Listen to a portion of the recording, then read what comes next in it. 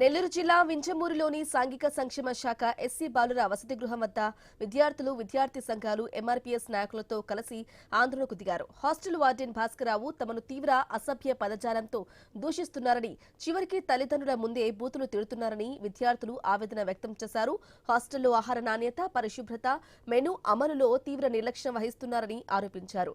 పలుమార్లు అధికారులకు ఫిర్యాదు చేసినా ఫలితం లేకుండా పోయిందని మండిపడ్డారు. ఇక సమాచారం అందుకున్న పోలీసులు సంఘటనా స్థలానికి చేరుకుని పరిస్థితిని సమీక్షించగా ఉన్నతాధికారులు వెంటనే విచారణ జరిపి వార్డెన్పై కఠిన చర్యలు తీసుకోవాలని ఆందోళనకారులు డిమాండ్ చేశారు.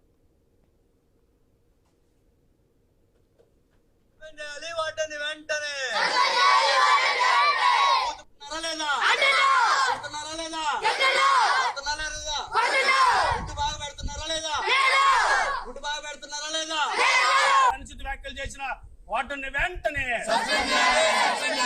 ఎస్సీ హాస్టల్ వార్డుని వెంటనే భాస్కర్ రావుని వెంటనే భాస్కర్ రావుని వెంటనే భాస్కర్ రావుని వెంటనే ఎస్సీ హాస్టల్ వార్డు భాస్కర్ రావుని వెంటనే.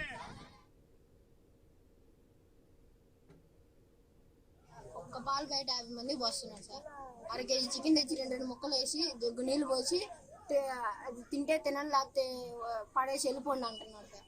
కోర్టుకు వచ్చినట్టు ఇంట్లో వాళ్ళు తిడుతున్నారు సార్. మేడంకి చెప్పేమని టార్గెట్ చేసి వాడిని ఒర్రుని నన్ను కొడుతున్నారు సార్. బయోమెట్రిక్ వేయించారు కానీ గణేష్పురం, జనార్దనపురం, మళ్ళీ నందిగుంట, ఎస్టీ కాలనీ తమ్మేపించుకొని పోతున్నారు సార్. 2 రోజులు సెలవు వచ్చిందంటే ఖచ్చితంగా పంపిస్తాడు సార్.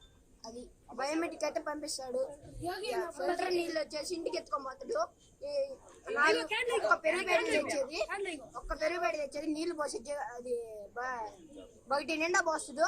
అందరూ పోస్తాడు సార్. ఈ హాస్టల్ స్టార్ట్ చేసినప్పటి నుంచి ఇప్పటి వరకు కూడా విద్యార్థుల పట్ల, కనీస వసతుల పట్ల వార్డెన్ గారు భాస్కర్ గారు ఎవరిస్తున్న తీరును చూస్తూ ఉంటే కనీసం ఎస్సీ హాస్టల్లో అసలు ఇతర వార్డులా లేక వ్యక్తిగతంగా దోషంలో దిగుతున్నా అనేది అర్థం కావడం లేదు. ఏదైతే భాస్కర్ రావు మాట్లాడిన తీరు చూస్తూ ఉంటే ఇక్కడ విద్యార్థులు అడుగుతూ ఉంటే ఒక్కొక్క విద్యార్థి చెప్తే ఆ బాధ వర్ణాతీతంగా ఉంది. ఎందుకంటే ఆ విద్యార్థులు చెప్తున్న మాటలు చూస్తూ ఉంటే వల్గర్గా కనీసం ఇంట్లో కనీసం తల్లిదండ్రులు కూడా మాట్లాడరు. అలాంటి వ్యాఖ్యలు మాట్లాడుతూ ఉంటే అసలు భాస్కర్ రావు వార్డునా లేక ఎందుకు ఈ ఉన్నతాధికారులు ఈ వార్డుని ఇంకా కొనసాగిస్తా ఉన్నారో అర్థం కావటం లేదు. ఇమీడియట్ గా ఏదైతే ఈ జిల్లా సోషల్ వెల్ఫేర్ డీడీ గారు తక్షణమే స్పందించి ఈ వార్డుని గారిని తక్షణమే సస్పెండ్ చేయాలా,